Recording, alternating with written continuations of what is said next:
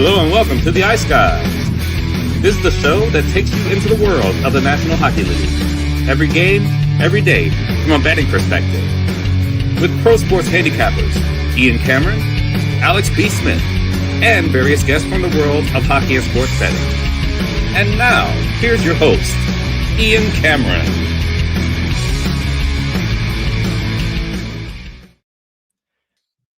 Sorry about that. Welcome to the Ice Guys, Tuesday, May 27th. Ian Cameron, Alex B. Smith, and Matt Robinson, fresh off, obviously, for everyone south of the border, Memorial Day holiday weekend. And we are ready for let's be honest, this is a big fucking hockey game tonight in the Western Conference Final. It's Game 4 between the Dallas Stars and the Edmonton Oilers. We're either going to have a convincing 3-1 series lead for Edmonton, which would be very difficult to come back from, or we'll have a brand new series tonight. And we'll be back 2-2 down to a best of 3 as we go back to Dallas. So very important Game 4 taking place tonight in that series.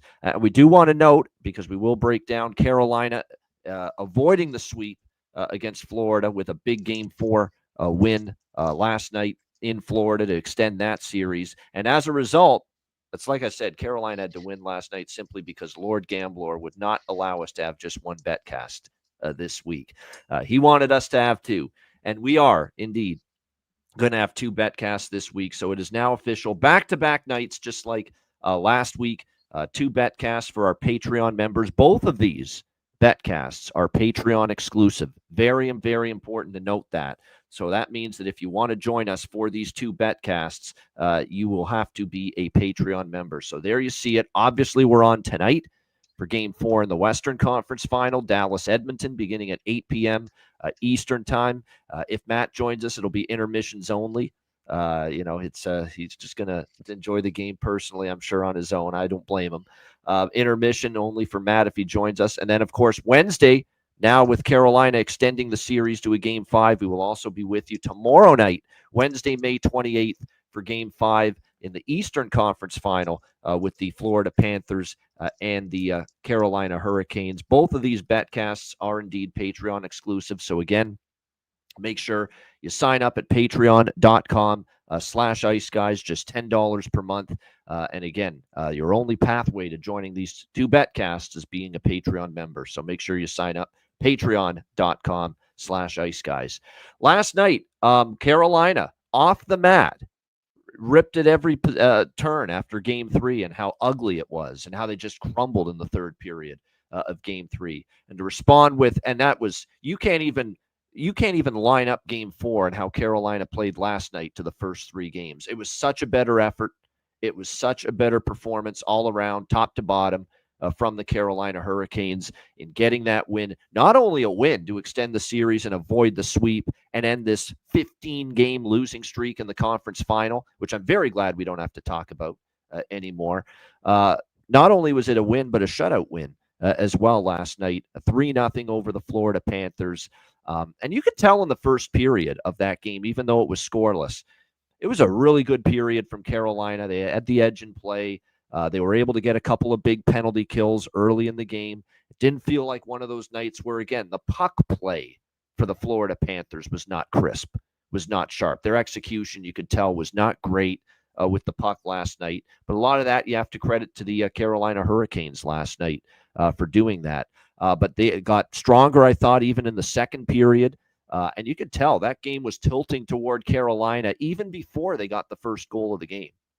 You could clearly see Carolina was playing a pretty damn solid game and may only be a matter of time. And sure enough, it was Maddie's team, former member of that team, Logan Stankoven, getting them on the board for the 1-0 goal. And what a pass it was by Alexander Nikishin to set up Logan Stankoven for that first goal of the game. Great shot over the glove of Bobrovsky to give Carolina the lead. And then I thought, look, in the third period, I thought that was Florida coming on strong. It was by far Florida's best period. Carolina, playing with fire a little bit. They were sitting back, but Freddie Anderson, had to make some absolutely outstanding saves, and he did. Give him credit. And I saw now a stat that going into last night with 3 days or more off, his numbers were very good, and it obviously followed that up with a great performance last night. Clearly, the rest did him a lot of good because I thought he was very sharp last night. And then, of course, Carolina puts it away with the 2 empty net goals late by Aho and Stahl to win the game 3-0. All I could think about, too, when those 2 empty net goals went in, because I was very happy about it because, obviously no good with anything of the Florida team totals variety, which I liked in that game last night. But I did have third period over, and I did have an empty net goal. So we did cash those two. Was very happy to at least get those into the win column last night. Why was Carolina so much better last night? You know what? We've spent 3 games in this series, or at least I have, ridiculing and criticizing Rod Brind'Amour, and I think justified, because I don't think he's coached a particularly great series to this point. But now when he coaches a good game and he makes proper adjustments and he makes good decisions, it's also now time to give him praise when he deserves it. And last night, Rod Brind'Amour deserves credit and praise for I think, his best game coaching-wise of the series. And here's why. He said last night going into game 4, and this guy on the blue line had a lot to do with the win last night. He said he's one of the best shutdown defensemen in the NHL. He's on our team. We have to give him as much opportunity to be on the ice as possible, and we need to run with our workhorse on the back end. And of course, I'm talking about Jacob Slavin for the Carolina Hurricanes. I thought Rod Brind'Amour's commitment to giving him as much time on the ice as possible, giving him even double shifts every now and then. He had 29 shifts in that game last night and a team high 28 minutes on the ice. And if you look at Slavin throughout this series, his ice time last night, it shattered everything we saw previously in this series and in the playoffs. Most of these playoffs, he's been a 20, 21, 22-minute player. Well, he beat that big time last night, 28 minutes for Jacob Slavin. And boy, did Rod Brind'Amour get rewarded for riding the hell out of Jacob Slavin last night. That guy was all over the ice. He was killing plays in the D zone, blocking shots. He had 4 blocked shots. It's a reminder, too, to bet his over blocked shots prop maybe in game 5. If he's going to get anything close to that kind of ice time again, there's a good chance he's going to get 3 or more blocked shots. But he was all over the ice. He was just an absolute beast in the defensive zone, just, blocking shots, active stick, killing passes across the crease. He was doing that all night for Carolina last night. And everyone talks about how Florida was not sharp offensively with their execution. Well, Jacob Slavin had played a big part in that last night. So Rod Brind'Amour deserves a lot of credit for that move. And finally, he also decided in that game last night that after this guy apparently was not good enough to get into the lineup early in the series over Scott Morrow, which is a disgrace, in my opinion. And I'm still angry about Brind'Amour for that. I'm still angry at him for that. That somehow Scott Morrow, in the first couple games of this series, and this could end up biting him in the end, because this is still a monumental task ahead here for Rod Brind'Amour. But to have Scott Morrow, who was a nightmare in game 1, terrible in game 1, not much better in game 2, and to have him on that blue line to start the series over Alexander Nikishin is laughable to me. And you saw why I felt that way all along last night. Nikishin was amazing. I can't believe the poise of this young kid. This is his 3rd or 4th game in the National Hockey League. For him to step up and play that way, and finally, Rod Brind'Amour, he screwed in and got a clue when it comes to Nikishin and decided, you know what, this guy's having a hell of a game. He's been skating the puck well. He's been physical. His shot was very dangerous. He had he had a couple of shots. He didn't have a shot on goal, but he had a couple of shots toward the net. He shoots the puck well. He set up Stankoven very well, obviously, on that first goal that got them going. He was physical. He finally realized last night, it's time to play this guy a little bit. 18 minutes and 53 seconds, and he finally put Morrow to the side, and he only played 8 minutes last night. Finally, it sunk in to Rod Brind'Amour that this kid's good. He has played well for me. He's getting more and more confidence with every shift. He deserves to be out there. And he played him a lot more than he's played him previously in this series, and it paid off. Nikishin, I thought, and Slavin were easily the 2 best defensemen on the ice last night for Carolina, and they both played an awesome game.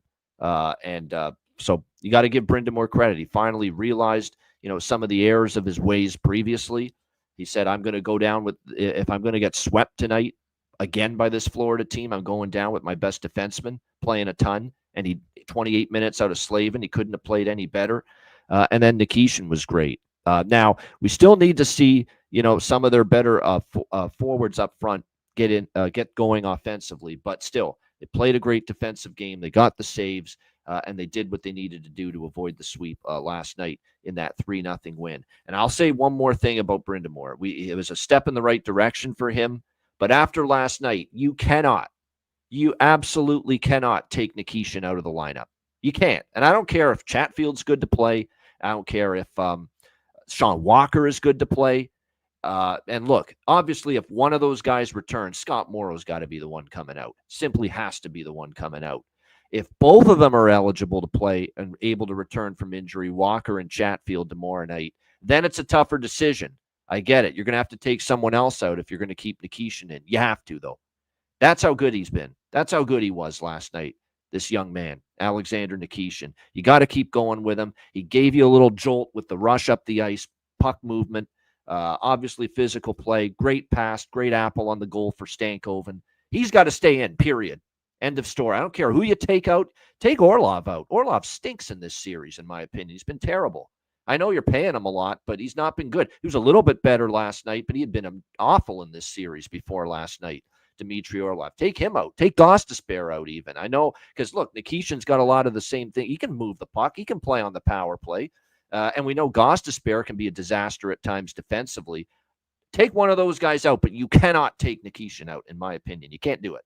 That's how good he was last night for the Carolina Hurricanes. Morrow's got to come out 100% if one of Chatfield and Walker are good to go. But if both of them are good to go, someone else other than Nikishin's got to come out. I don't care if it's Orlov. I don't care if it's Gostisbehere. You've got to keep Nikishin in the lineup at all costs. He's proven he's worth it, especially with his game last night. Terrific game from him, no question. And Carolina, at least avoiding the sweep. We'll see if they can follow this up in Game 5. They have not been able to win a home game yet in this series, and we'll see if they can change that tomorrow night. Alex, your thoughts on Carolina avoiding the sweep for the second time in 3 years, and more importantly, a 15-game franchise losing streak in the Eastern Conference Final, mercifully coming to an end last night. Yeah, it was a much-needed win for that organization, for that team, like just for their own mental psyche. Even if they lose in Game 5, to know that they weren't swept out of the Eastern Conference Finals again, you have to take some solace in that. But you're just looking at the notes and looking at the shot charts after the game. It looked like it was kind of flip-flopped. The shot charts had been ugly for Carolina in the first 3 games, but in Game 4 they were more efficient, better shot quality, better shot selection, and you can see where Florida, they were just kind of all over the place. And this is a problem. I would be upset if I was a Florida Panthers fan watching that game, because here's another game where you have a chance to close an opponent out and you're just kind of playing with your food. It looked a lot like what we saw out of that Game 5. Game 6 Toronto. Or game 6 rather, the Toronto series, where it was just, you have a chance to win this game. It wasn't that Toronto did anything fantastic.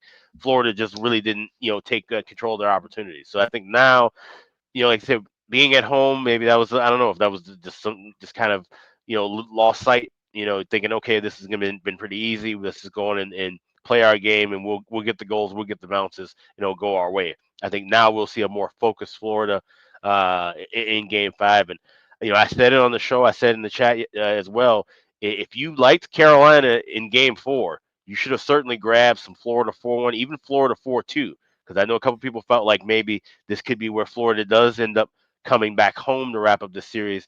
Carolina, get some momentum and then coming back home, that could be a positive for them. So there was plus 330, plus 750 left there right there on the table. If you didn't grab it, that's unfortunate. But I have a 4-1 in pocket, and I more than likely will be back in Carolina money line. Or I'm sorry, Florida money line, I should say. Going back to Carolina at minus $1.10, minus $1.15. I don't think the home edge is going to mean much. I think we're going to see a focused Florida team. He said, they know what they have to do, and I think they're one of those teams that just maybe feeds off of being on the road a little bit more. We've seen that with some of these dynasties. The Hawks always kind of close things out on the road. The Penguins were always a dominant team, shutting things down on the road. So there's a little bit of that in Florida as well. But you'd like to see a team that had the ability to sweep a team, to close it out in 4. but that's okay. Just get it together and close it out in 5. Which I think they will, but I don't know if I'm betting it. I don't, because look, I'm sure as hell not betting against Florida tomorrow night. But Carolina's a really, really good home team. They've been a very good home team all year, and it would not shock me if they get one home game. And look, the lineup adjustments were solid, and like I said, they found a little something. Now, can they replicate? That's the key for Carolina in Game 5. And another thing you have to factor in, and this would be the concern for Carolina and the good and the positive here for Florida. Remember, Florida did not have Nico Mikkola last night. They did not have AJ Greer last night, and they still did not have Sam Reinhart. Now, that's no excuse. Even if they add those guys, if Carolina played the way last night, even with those guys in the lineup, probably a good chance Carolina still wins that game. Because we're not trying to take anything away from Carolina. They played their best game of the series last night. It's not even an issue or a debate. And they deserve that win. But there were key pieces out, and there's talk already that all three could be back tomorrow for Game 5 in Carolina. No question about that. And that's certainly going to help the Panthers if they get any of those guys back, Greer, Reinhart, and Mikkola. Mikkola, believe it or not, they miss Mikkola way more than you would think. He has been very, very good, apparently, at both ends of the ice, no question. Very good defensively, physical, and certainly they missed him last night. There's no question in that Carolina victory. And another, as much as it was great that Rod Brindamore rode the hell out of Slavin last night, and Brent Burns, who's like going on 40 years old. I mean, those guys played a ton. Brent Burns played 25 minutes last night. So, and he played a great game. That was his best game of the series, too. Brent Burns, the old veteran. But the concern about that is Jacob Slavin's well into his 30s, coming off a 28-minute game, and Brent Burns is almost 40, coming off a 25-minute game. You played those guys a lot last night. How much are they going to be having the tank for tomorrow night, Game 5? They're going to have to refuel very quickly that gas tank coming off that game last night. Are they going to be able to, and are they going to be as effective? That's something to watch tomorrow night in Game 5. Maddie, what did you think of last night with Carolina extending the series? Yeah, I thought it was a good hard fought game out of Carolina. Obviously Florida had the injuries you mentioned. There was speculation, were they just resting guys up 3-0? Are there actual serious injuries? I think for every guy that was out, there was an incident. So it's just the severity of the injury and things like that. I think there can be some validity to that, but I think it's the NHL playoffs. I mean, Florida went through in the finals last year, going from up 3-0 to having to win a Game 7 to close it out, feels like. So I highly doubt they were resting guys. There may have been guys kind of borderline that they decided to sit out, but I think if any of those guys were good to go last night, they would have gone because Florida would love to close out the series last night at home, especially, and then just kind of sit back and watch the Western Conference Finals play out. But good for Carolina to break the curse. A tough betting. We talked about it before the show, but a tough betting night. Thankfully, I did have Carolina money line and Logan Stankoven anytime goal in pocket. Those were the two wins out of I think 7 or 8 bets. So while those were nice, it wasn't the best night from a betting perspective. I had a couple laddered first period overplays that hit in the previous game that obviously fell short, considering it was 0-0. And I was kicking myself because I actually had Stankoven anytime and first goal in Game 3, and I only bet anytime goal last night. And of course, he has the first goal when he had the second one the previous night. So good for them. I don't think it's panic mode in Florida's locker room or anything close to that. But I do agree with you. I think I wouldn't be shocked if Carolina wins tomorrow night. I still think Florida takes the series. Teams have come back down 3-0, but I really don't see it happening in this situation. But you never know. Carolina, if they find a way to win at home tomorrow, get some momentum going, crazier things have happened. So I just think Florida's too good of a team to lose more than 2 games in a row. I think Carolina could steal one at home with that crowd being wild and crazy, and the desperation factor that I feel a lot of analysts and stuff have talked about through this playoffs. you can't fake it. I mean, last night's game, One team Carolina's played like their season was on the line, the other not so much. It really and is that it's simple. Right. Yep. Yeah. and unless you're in a game 7, it's really hard to be like, oh, like in a situation, let's say Carolina wins game 5. Is Florida gonna be as desperate as Carolina in game 6? It's a little closer because Florida doesn't want to go back to Carolina for a game 7 after being up 3-0. But there is that desperation factor, and especially in a 3-0 series, it's human nature. You can't expect Florida to have the same desperation factor as Carolina, and I think that showed last night. So it was a great game. I know it was low scoring, which typically is less exciting for me. I like to see a lot of goals. I like a 5-4 type game. Yeah. But yeah, I mean, every shift was fucking guys getting killed. I mean, they're just laying the bodies on the line.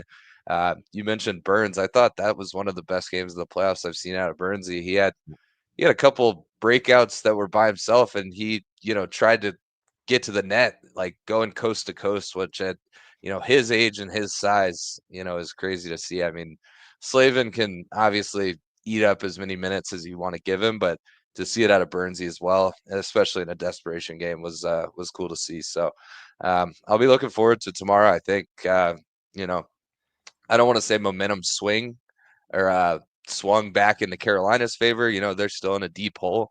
But a 3-0 game on the road does give you a little jolt to life, and they will be back in front of their home crowd. So I think it'll be an interesting game 5, and I'm looking forward to watching it.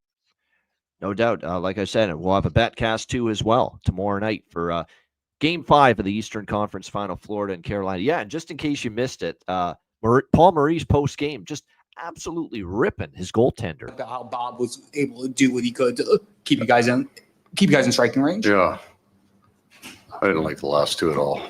This gap was horse shit. Referring, of course, to the 2 empty net goals that were scored in that game was Paul Maurice. Still keeping the levity and the humor going, even after a shutout loss there. So pretty crazy stuff there with Paul Maurice, no doubt, with the comments last night about goalie Bob there. All right, let's get into, of course, tonight. It's game 4 of the Western Conference Final. It's Dallas taking on Edmonton. Edmonton leading the series 2-1. We've got Edmonton minus 150, home favorites, and the total here sitting at 6 pretty much across the board. Again, Oilers with the 2-1 series lead following a 6-1 win in game 3. But Dallas played better than that final score would indicate. I mean, that second period, that's not only was that the best game I've seen out of Stuart Skinner in these playoffs, it was the best single period of him in the playoffs this year. Second period was nuts, how well he played. Dallas was getting chance after chance, tons of looks in the slot, tons of looks right in front of the goal crease, and Skinner just stood tall time and time again, other than the one goal that did go in when Leon Bischel's point shot was redirected by Jason Robertson to make it 2-1. That man, was it a huge goal at the time, because it felt like, geez, Dallas has owned this period. Now they're right back in it and only trailing 2-1. But what really broke the back was the late goal in the second period. And you just got to credit Connor McDavid for another outstanding play there to make it 3-1. That just really, really hurt, giving up that goal very late in the second period there. And then, of course, in the third period, Dallas has to press the issue, take some chances, get the D involved in the play, and you're going to give up. You're going to give up odd man rushes and counterattack situations to a team like that when you do it, but you have no choice. You're down 3-1, and that's really when the game opened up, and Edmonton ended up putting it away and ended up winning 6-1. Jake Ottinger, not a great series so far by his standards, but this is not a Jake Ottinger issue. You got to start scoring some goals. If you're the Dallas Stars, you're not winning a playoff series in the conference final against a team like this, defending Western Conference champions, trying to get to the Stanley Cup final 2 years in a row with 1 goal in the last 2 games combined. That's just not going to get the job done. So they need more offense right now, the Dallas Stars, starting tonight. Now, we did get some good news on the injury front. It looked like yesterday, from what I saw, all the video of it, him at the practice yesterday, Ropéens looked good, looked like he was moving pretty good. If I had to guess, I think he'll probably return even though it's right now being listed as a game time decision for Rope Hintz right now. But I think I would expect him to probably be in there for the Dallas Stars tonight, especially with this being such a pivotal game, trying to avoid being down 3-1 here in this game against the Edmonton Oilers. We'll see how it plays out. I'll say this, too, about our little trend has not gone so well lately with the losing team scoring in the first period of the next game. If you'll notice, it's cooled off a little bit here in the conference final. It's not been that automatic that it really was. Certainly not nearly as profitable or not as great a winning percentage with it here in the conference final round as opposed to the first two rounds, because you even look at last night, Carolina didn't get that first goal until the second period. So to me, it certainly feels like it could be a Dallas first goal, or Dallas first goal, Dallas first period goal. There we go. Trying to say it the right way. Dallas first period goal spot, but I don't know if I'm rushing to bet it right now. Their offense is struggling. The Oilers. By the way, too, I've heard it's almost like Connor and Leon in the post-game press conference. It's almost like it's getting old now, this little routine of theirs, where they feel like it's, how dare you question our ability as a team defensively? Like they have done it now multiple times where it's like, I guess we're a good defensive thing. They got their backup, obviously, in the game 2 when they got the shutout in Dallas. They said, obviously, we can be a pretty good defensive team. And they've gotten angry. They've gotten agitated with the media, saying that, yeah, you got to pick things up a little bit defensively, saying, we know we're a good defensive team. I don't know where you come up with that. Well, we come up with that because we saw your goalie and your team getting lit up in the first round by LA a few times. That's why we come up with that kind of stuff. And then, of course, after game 3, where they said, you guys always talk about how, we're not always a great defensive team. I thought we played a great defensive game last night. Everyone was dialed in. Let's calm down about the game 3 performance defensively. We were really dialed in defensively. So that's why Dallas had all those amazing chances right in front of the net in the slot, and all those grade A opportunities that they got in game 3. You didn't play a great defensive game, in my opinion, in game 3, even though you won 6-1. It looks like it because you only gave up 1 goal. It looks like it because, once again, Dallas was held down in that game. But I thought their team defensive game in game 2 was really good, Edmonton. I don't think it was great in game 3. They had to get their asses bailed out by Skinner, in my opinion, in game 3, because I thought Dallas generated good looks, quality chances. They just didn't finish them. So for Connor and Leon to go that route again, we know we're a good defensive team. We showed it again after game 3. Did you really show it, or did your goalie just bail you out? Because I think it was more of the latter, quite honestly, in game 3. But again, now we're into the part of the series. That's why it's big that Edmonton has this 2-1 series lead, because the numbers for Stuart Skinner in game 4 through 7 are undeniable in the playoffs. He's lost 1 game in the last 2 years combined in the playoffs, in game 4, 5, 6, and 7 of a series. And that one loss was obviously game 7 of the Stanley Cup final last year against the Florida Panthers, in a game where he only gave up 2 goals and they lost 2-1. So, man, that's a tough track record to go against, I'll be honest. I don't want to lay minus 150 with Edmonton, but I admit you can say what you want about Dallas is getting the shots and the chances. The puck's got to go in the freaking net at some point, or else the series is not going to be one that's going to go well for Dallas. Simple as that. The puck's got to start going in the net, and they need more out of Wyatt. And we love Wyatt. No one loves Wyatt more than the Ice Guys podcast and the Ice Guys show. But he's got to get rolling a bit. Mikko Rantanen has kind of cooled off a little bit. Not that he's still had a great playoff overall, but now in the conference final, we need another gear out of Mikko Rantanen too. We need obviously a little bit more from a bunch of guys here. Sagan, Duchesne chipped in game 1. Can we get them going a little bit? Can Marchment have a little something going offensively? You just need everybody chipping in here a little bit for the Dallas, and just finding a way to finish a chance. It's nice to get the chances. It's nice to outshoot Edmonton like you did in game 3. I thought there was a lot of things about Dallas's game other than finishing any of those chances. Other than that, I thought there was a lot to like about Dallas's game. But, we're not in the business of, this many chances. You outshot them, outchanced them, more shot attempts. We're not in that business at this stage of the year. These are seasons on the line. You got to produce. You got to find a way to put the biscuit in the basket at this time of year. And obviously that's been the Stars' problem here the last 2 games. So we'll see how this plays out. I'm on the first period over because the Edmonton games, just from a pace standpoint, have just been off the charts coming out of the gate.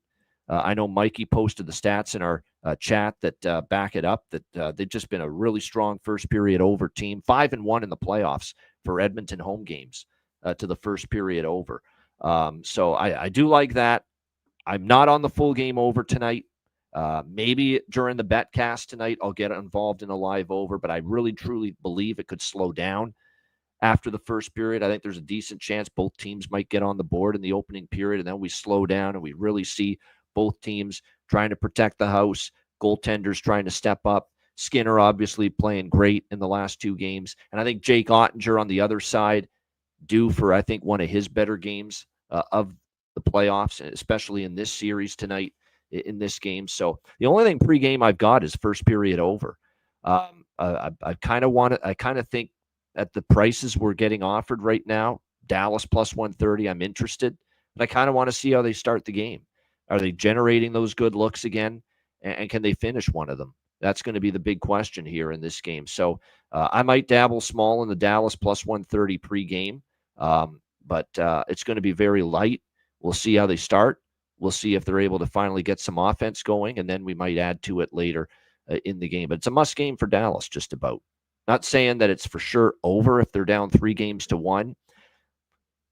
Put it this way with Dallas. Could the Dallas Stars come back from a 3-1 deficit against a team in the Stanley Cup playoffs? The answer to that is probably yes. My issue with them falling down 3-1 tonight if they lose are the Edmonton Oilers a team that would allow their opponent to come back from 3-1 down against them? And to me, the answer is no. Edmonton would not allow it to happen. Dallas could do it, but I don't think Edmonton would allow it. That's where I'm at, and that's why, to me, this is such a big game for Dallas tonight. Matt, I know this series has been a roller coaster ride. We've had some ups and downs. I mean, game 1 was awful for the first 2 periods, and then the incredible third period outburst and comeback to win game 1.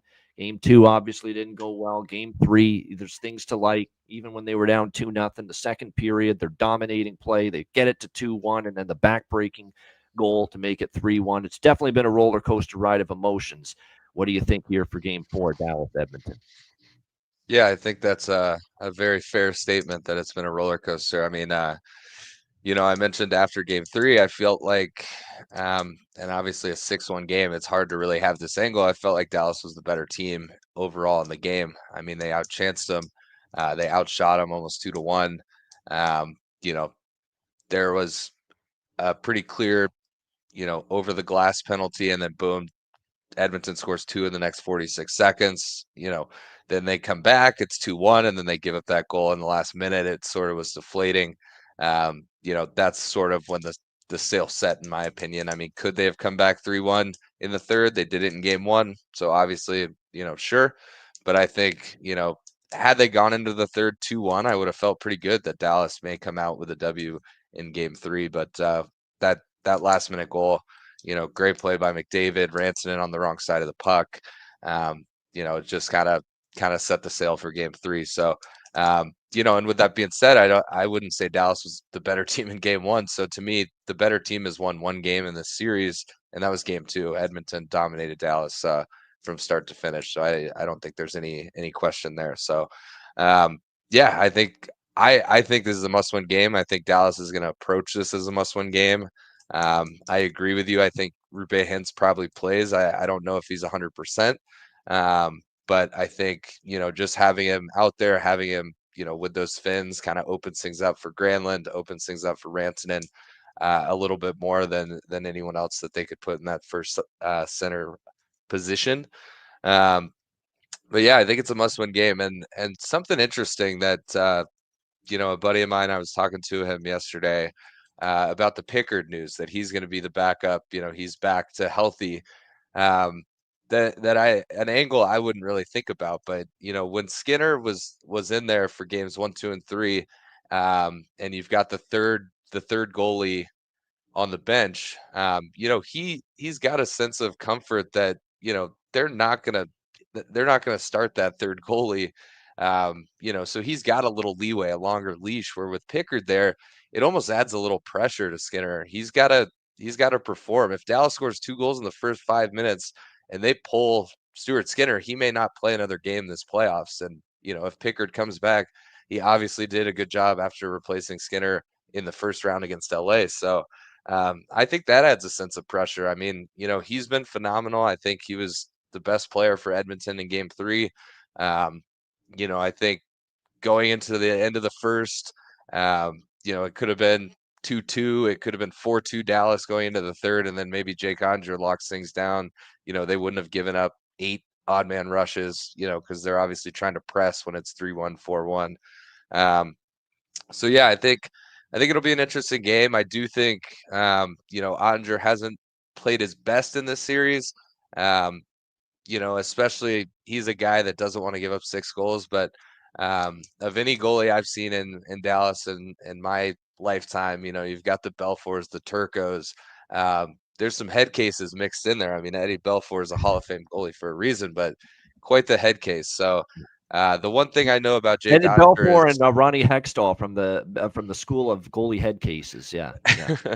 yeah. But the one thing I know about Jake is he can reset. He's very good off a loss, and I know he's lost 2 games in a row now for the first time in this playoffs. But I don't think he's sitting there going, "Man, I'm collapsing. I'm letting my team down." I think it was a weird game. I thought Dallas played a pretty good game on a lot of aspects, and they lose 6-1, and it kind of runs away at the end. So I would expect a good bounce back from him if Hintz is in the lineup, which I feel he will be. I think that'll give them a good jolt. And then, another guy that finally started to look a little more like himself. I know he's hurt. I know he's not all there, but Robertson finally chips in with a goal. He had 5 shots on goal. He's getting a little more opportunity. So maybe he steps up a little bit tonight as well. So I think Dallas needs those depth guys. Could Ranson have a hat trick tonight? Of course, he's done it, 4 times this playoffs or 3 times this playoffs. But I think the difference is going to be if you get a goal out of Wyatt Johnston or Robo or Duchesne or Sagan, maybe Jamie Benn with his limited minutes chips in on the score sheet. You get a couple of those guys to chip in, and I think Dallas heads home 2-2, and in a very optimistic spot. If they don't, I think they head home down 3-1, and I'm on your side. Is it possible they come back? Sure, but I wouldn't really count on it at that point. So. And the last point I'll make is I do think in the first 2 rounds, you're a lot heavier on, okay, the other series is going quicker. We need to win. You feel that pressure of like matching games played. I think in the conference finals, if Florida closes out tomorrow night and Dallas wins in 7, I know there's a difference there, and you always want rest and you always want your guys getting healthy, but at the end of the day, it doesn't fucking matter. You can't look at it from that angle. You just have to do what's in your control and win the games that you need to get through the series. So, yeah, we talked about after game 3, I think 3-1 Edmonton after tonight. My optimism is probably shot, and Dallas's season is probably coming to a close soon. 2-2, I feel completely different. I feel the series is flipped with a best of 3 back with Dallas having home ice. So we'll see. We haven't seen their best game. I don't even know if we've seen a true A+ game out of Dallas all playoffs, and here they are sitting down 2-1 in the Western Conference Finals. Hopefully we get sort of a wake-up spot and they play a really good game tonight and at least close it out tonight and go back to Dallas 2-2. Yeah, no doubt. Like I said, I'm going to dabble pregame in Dallas plus 130. You know what I'm kind of interested in? And this is risky because it's almost like an automatic in the playoffs so far. Edmonton scoring 4 goals or more at home. But an Edmonton team total under, believe it or not, tonight is kind of interest to me. 3.5, minus 125. And here's why. In the previous games where Ottinger's lost and given up, prior to game 3, that is, he's been very good at keeping the opponent to 3 or less. Very good. And I've just got that feeling he's bringing one hell of a game tonight. It's just this is to me, I've seen too much of him in the past to not think he's going to play really, really well tonight. And he knows he hasn't been great in the series and could be better. There's no question. But I think tonight could be one of those nights where this doesn't mean Dallas wins the game, because you got Skinner to contend with on the other side. And we know he's been great the last 2 games. And we know his 4-7 track record in a series is off the charts. But I think Ottinger will do his part here a little bit. So the team total for the under with Edmonton, 3.5, I'm interested in. We have to post this comment on the screen. It is significant. If you're wondering why we're all saying this is a very important game in the series, well, now you have your answer. You see it on the screen right now in front of you. Dallas 0-16 all time when trailing a series 3-1. They have not won a playoff series in their franchise history when trailing 3-1 in a series. But when they are tied 2-2 in a series and they have home ice advantage in that series, which they do, and the series is tied 2-2 going to game 5, they are 13-4 in that playoff series. So, yeah, no shit, Einstein. It's a big fucking game tonight here, game 4 with the Western Conference Final. Stars and Oilers, no question about that. We'll have to see about the line combinations. Is there going to be adjustments on the Dallas side? That'll be something worth checking into, because obviously they're the team that's trying to get not just a little bit, a lot of their offense going. We'll have to wait and see. But again, we'll know more about that probably with the line rush. That's why it's hard to bet Dallas props right now, because I have a feeling at pregame skate, we're going to know a lot more as far as their line rushes and if there's going to be any major tinkering or adjustments being made by Peter DeBoer. The big adjustment for Edmonton is no Connor Brown tonight. Matthias Ekholm's still out, so we will not see Ekholm's playoff debut tonight, but they've gotten by okay without him. But Connor Brown is out. He got injured in Game 3. And Victor Arvidsson will draw back into the lineup in place of Connor Brown tonight for the Edmonton Oilers. Alex, Game 4, Dallas-Edmonton. Get your mic going. There you go. There we go. You hear me now? Yep. All right, good. Yep, we got you. This is a legacy-defining game for Pete DeBoer and that core group in Dallas. The Wyatt Johnsons, the Robos, the Haskinens. This is a game that your legacy in Dallas as a star will be defined by how you do in a game like tonight. He said, based on those numbers, 0-16 if you're down 3-1, 13-4 if you're tied 2-2 with home ice advantage. It shows you that Dallas has been in this situation multiple times, and when they win this game, they're able to cruise on. That's their MO, to win the big pivotal point games. Game 1 isn't really always the most pivotal point of games, and we've seen that from their track record now. 1-9, 2-9 in the last 11. But this is one of those fork in the road games for Dallas historically, and certainly when you're talking about a team like Edmonton, who has a goalie in Stuart Skinner that gets hotter as the series goes on. Matt, you made a great point about Pickard being back. Pickard with fantastic numbers. The couch is a lot comfier when you're the only one sitting on it. Now with Pickard coming back into the draw, like I said, if Skinner has an off night, now all of a sudden we have a little goalie controversy. And that's the last thing Edmonton wants right now to have, even though you have trust in both of them. It's not necessarily the kind of controversy we talk about in the middle of the season, one or the other, but you'd rather have certainty whichever way you're going in net tonight. And Dallas had the chance to disrupt that. We saw how they played in the second and third period, in Game 3. And there was a lot better motion. The shot selection improved over time. Same thing with Edmonton. Their shot selection was flawless. That's how you get six goals, on only 20-something shots. You pick your spots at the right time, and you have your top gun shoot. But I think this is going to be a back and forth battle. This is not going to be an easy game for either team. I like the first period over. I did bet that pregame, even though we'll be adding some stuff on the betcast tonight. I'm going to wait for both teams to score to move up a little bit and jump into that couple minutes within the first period on the betcast tonight. There's a couple of player props that I do like. I'll be mentioning those a little bit later on. There's actually 3 plays I have for the bargain bin tonight, which that's a rarity for me. And I'm riding with Dallas. I grabbed plus 135 this morning, and I grabbed the draw plus 350 over at FanDuel. I think we get an overtime game here, and it's going to be a classic. Too. I've been Alex, when I found out he was on the draw, and I was already kind of thinking, you know what, it wouldn't totally shock me. We're due, I think, for an overtime game, especially in this series. So the draw, I'm probably going to tack on a little something on that too. Plus 350 pretty good price with that. Wouldn't shock me here if we finally get ourselves our first overtime game of the season. I think it's going to be a hell of a game. I think it's going to be a white knuckler. I think it's going to be, 1-goal game decided late. It's possibly an overtime for somebody. I think both goalies are going to play pretty well tonight. Like I said, I like both teams to maybe get on the board early. That's why I like the first period over, but I see it slowing down a little bit after that. As far as goal props for tonight, or just props in general for Game 4 tonight with Dallas and Edmonton, Nugent Hopkins is just a must go with right now. There's no question. He's been excellent. He's got now 3 straight games in this series. All 3 games he's gotten a point. So whether it's a goal prop, assist prop, sprinkle on both.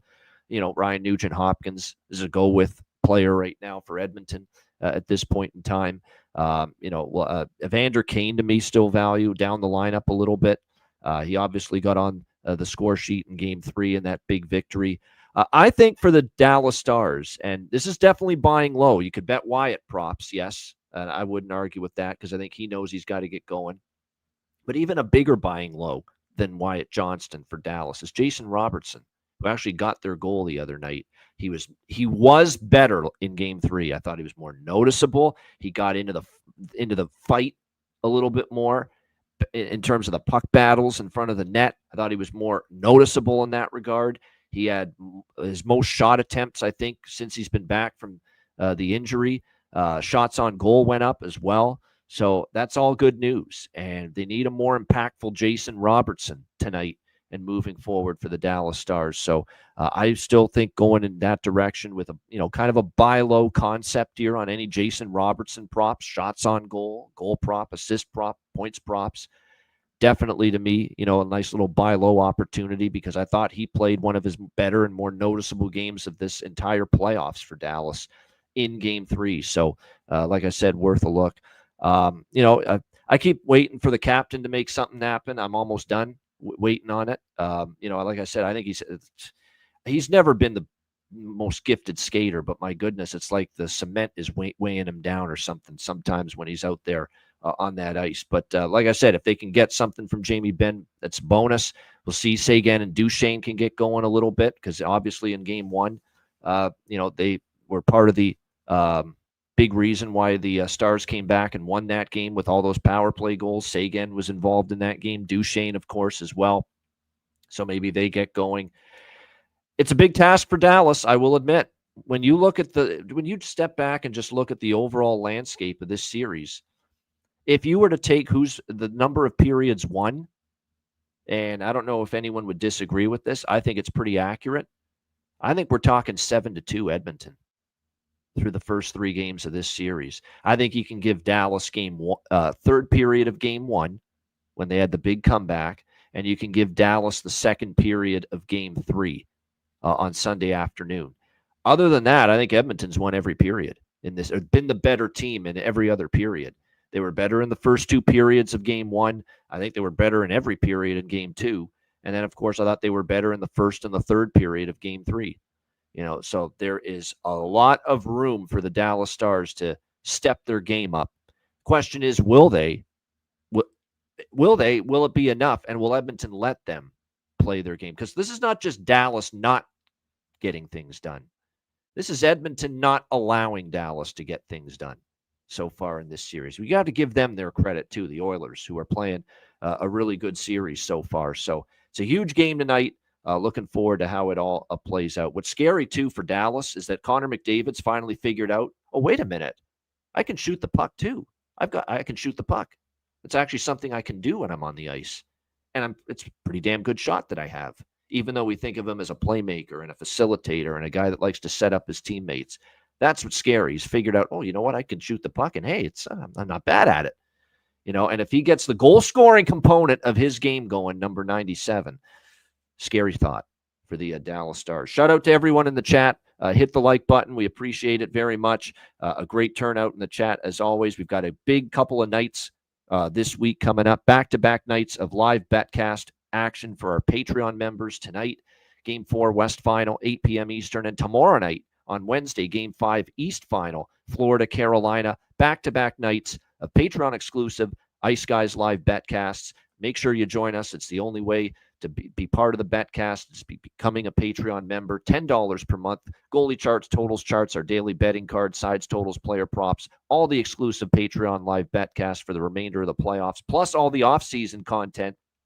We got a lot coming up, more Players Suite interviews over the summer and during the offseason, as well as a daily card that will not involve NHL, but will give you a daily card on Patreon. You're used to seeing it every day throughout the season for NHL, but we'll give you a daily card on Patreon once the NHL season ends, and the other sports that me or Alex handicap, whether it's CFL, MLB, UFC, maybe a little boxing for Alex, who gets involved with that. So again, we're going to keep at least something flowing on the page for you guys that decide to keep your subscriptions rolling and active through the summer months of the NHL off season. We have the chat already up to the baseball chat. So if you have baseball plays, you guys want to talk amongst yourselves and trade off baseball info, we have that room already available in the 4 rooms. So it's 4 rooms now within the chat over there at Patreon. So have at that. And of course, I know Ian will chime in, like I said, when he has time. And of course, that once the hockey season's over, he'll have his daily card. I won't be providing baseball information. My stuff will be mostly boxing and UFC during the offseason.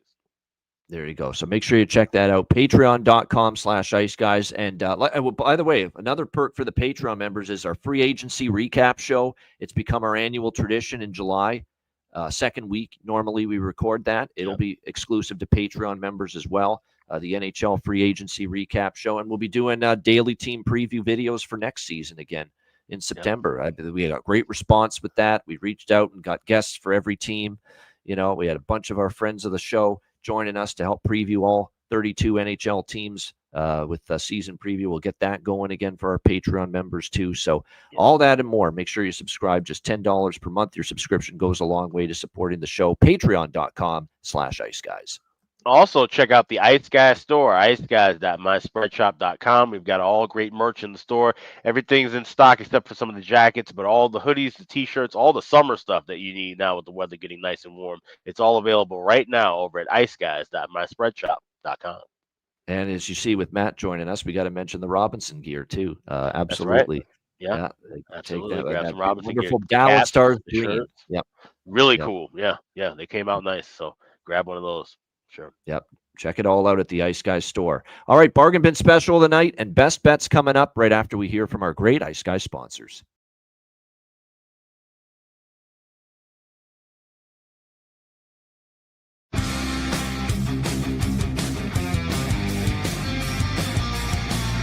Support for the Ice Guys podcast is provided by Boston Hemp Incorporated,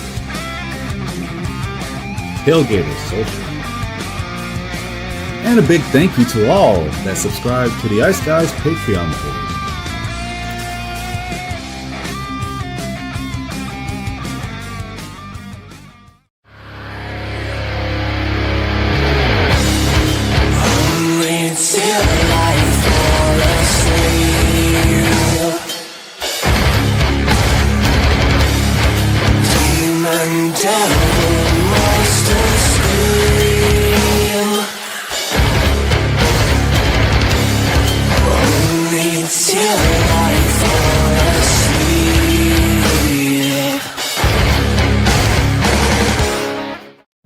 Everyone loves a perfect pair.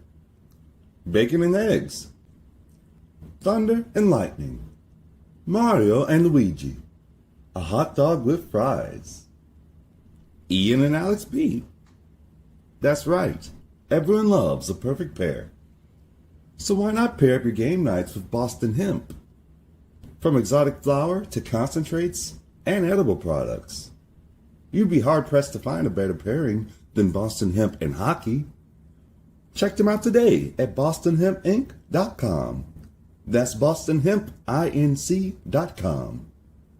Boston Hemp Incorporated, the official smoke sponsor of the Ice Guys. Void where prohibited by law. Not available outside of the United States.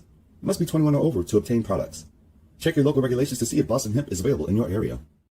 Hey, Alex, have you checked out the latest with the great trading platform Kalshi? Yes, I have. It's been fantastic. You know, this is one of the first and only federally regulated prediction markets in the U.S.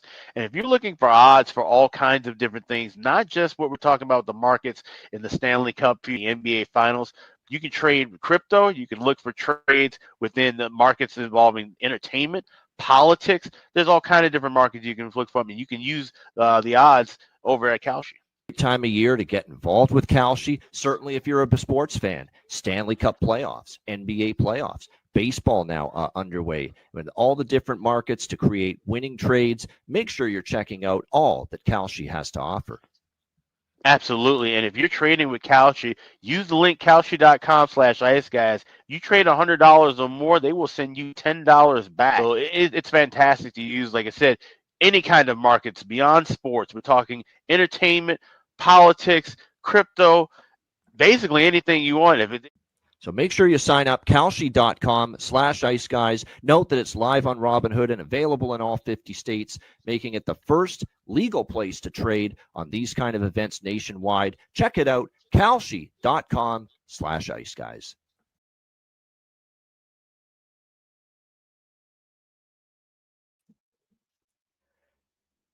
Shout out to all our great sponsors. Boston Hemp Inc., 20% off using the promo code IceGuys at bostonhempinc.com and kalshi.com/iceguys. Great trading platform and more than just sports. Check it out at kalshi.com/iceguys.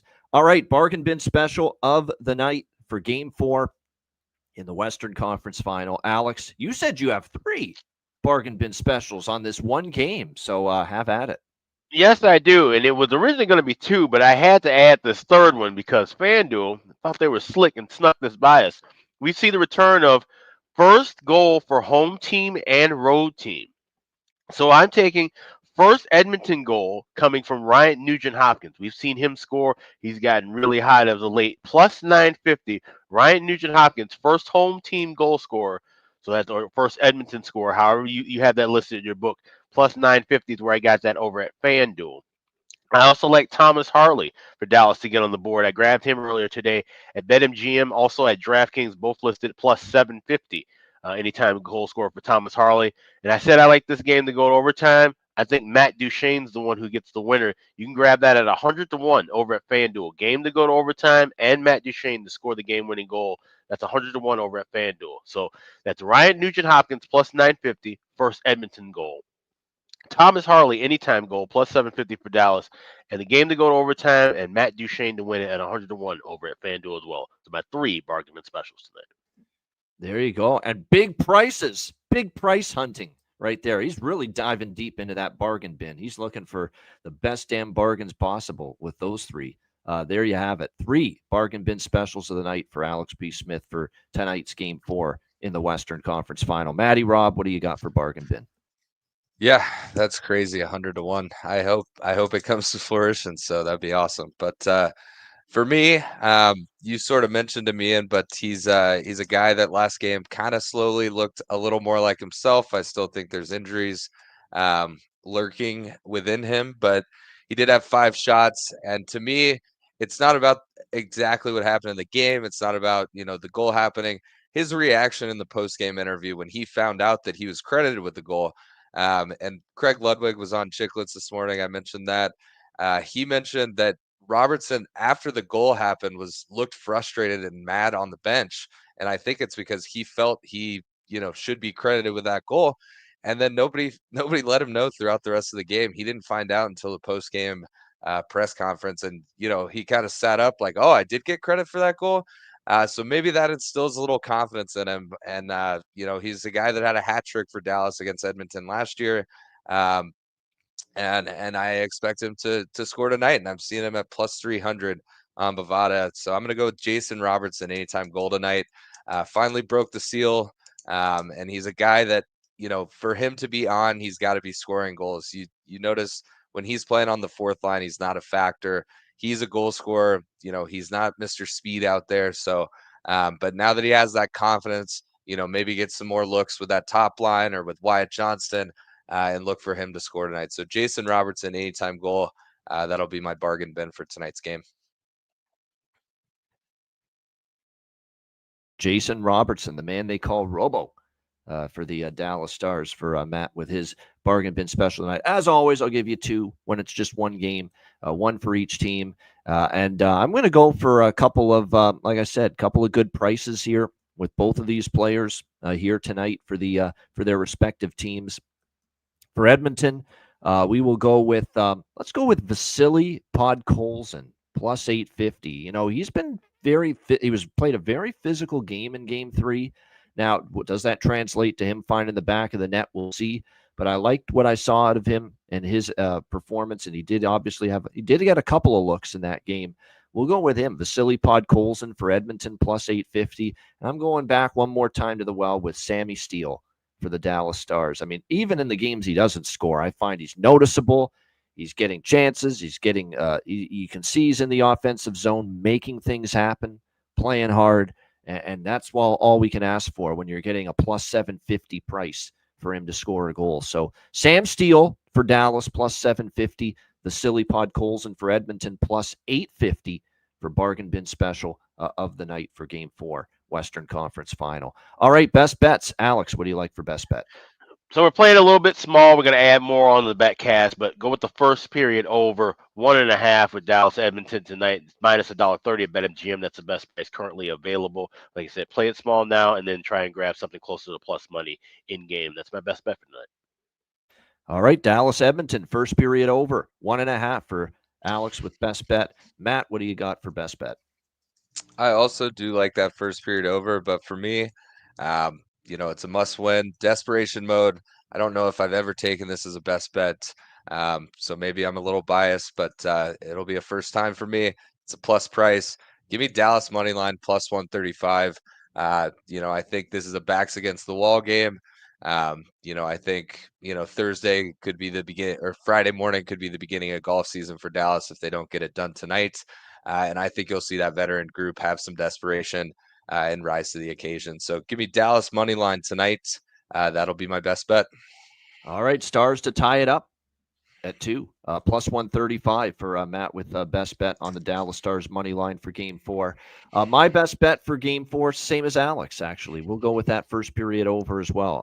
To me, I think we'll get something in the, we'll get either 2-0 Edmonton, 2-0 Dallas, or 1-1 in the first period, maybe even a 2-1. But I think it could slow down after that. But it's hard to argue with the way the pace has been early in these playoff games at home for the Edmonton Oilers. At Rogers Place this year, first period over is 5-1 in the 6 home playoff games for the Edmonton Oilers. So it's been pretty strong. It's been pretty profitable, and we will ride with it one more time tonight. It's 5-1 with first period overs for Edmonton at home here in the playoffs, and we'll go with it once again tonight. So Dallas, Edmonton, first period over 1.5 for my best bet for this Tuesday.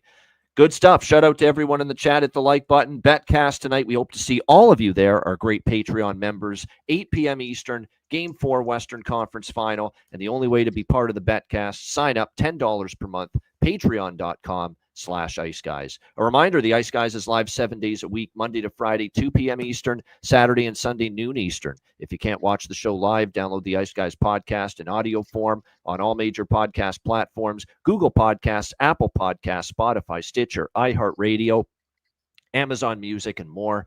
Download the Ice Guys podcast when you can't watch the show live. For Alex B. Smith and Matt Robinson, I'm Ian Cameron. Have a great Tuesday night, and we'll see you in about 4.5 hours, 8 p.m. Eastern, for the Game 4 Western Conference Final live betcast exclusively on Patreon. And, of course, we're back tomorrow at 2 p.m. Eastern for another edition of the Ice Guys.